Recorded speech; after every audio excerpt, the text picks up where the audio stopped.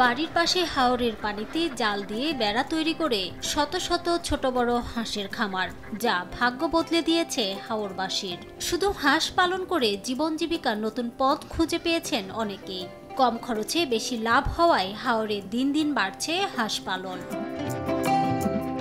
কিশোরগঞ্জের ইটনা মিঠামইন অষ্টগ্রাম উপজেলাকে যুক্ত করে নির্মিত ৩০ কিলোমিটার দীর্ঘ অলয়েদার সড়কের দুই পাশে হাওরের ভাসমান পানিতে চোখে পড়বে এমন অসংখ্য হাঁসের খামার। হাঁস পালনে খুব একটা খরচ নেই, বাজারে চাহিদা বেশি থাকায় দামও পাওয়া যায় ভালো। খামার থেকেই পাইকারি মূল্যে বিক্রি করা যায় ডিম। বর্ষাকালে তো আমরা এলাকাতে আর কোনো কাজ টাজ নাই, হাঁসটা ফালা থেকে আমরা একটা মোটামুটি সুবিধা হয়। আমরা বেকার মানুষ, কাজে লাগলাম বা কাজে থাকলাম বা হাঁস ফাইলে আমরা একটু মোটামুটি ভালো সুবিধা বা ৪-৫ জন লোকও কাটাই দাঁড়ি, পরে নিজেও কিছু পাইলাম, সংসারটাও চললো ভালো। ধান গম চাল ফিট জি দিয়া কাই দিয়া খাওয়ান লাগে, এতে আমরা এই কোর্স পাতি বাদ দিয়ে কিছু আয় দেয়, ওই দিয়ে আমরা কোনো মতে সংসার চলে। প্রতিদিন যদি এই ১৩০০ হাঁস মিনিমাম ১০০০ ডিম দিল ৩০০ বাদ ৩৫০ বাদ, তারপরেও আপনার ১৫০০ টাকা শো ডিম ১৫,০০০ টাকায়, তারপরে আমরা যে ৫,০০০ টাকা খরচ জায়গা, তারপরে আমরা ১০,০০০ টাকা থাকবে। নগদের কাছে সব গ্রাহকই প্রিয়, তাই তো সারা দেশে ক্যাশ আউট চার্জ সবচেয়ে কম।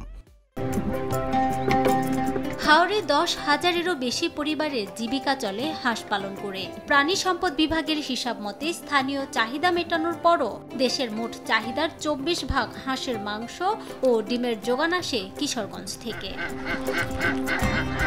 খামারিদের প্রশিক্ষণ, বিভিন্ন রোগের ভ্যাকসিন, উৎপাদন বৃদ্ধি ও বিপণনের প্রয়োজনীয় সহায়তা দিচ্ছে প্রাণী সম্পদ বিভাগ। এখানে প্রায় ২৩ লক্ষাধিক হাঁস বা এখানে রয়েছে এবং এখান থেকে তারা প্রাকৃতিক খাবারের মাধ্যমে যেহেতু হাঁসগুলো পালন করা যায়, এজন্য এটা আসলে বেশ লাভজনক।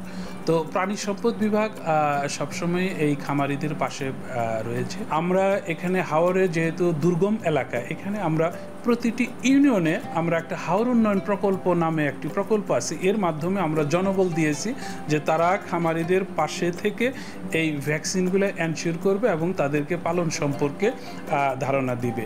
আমরা এভাবেই খামারিদের সহযোগিতা দিচ্ছি।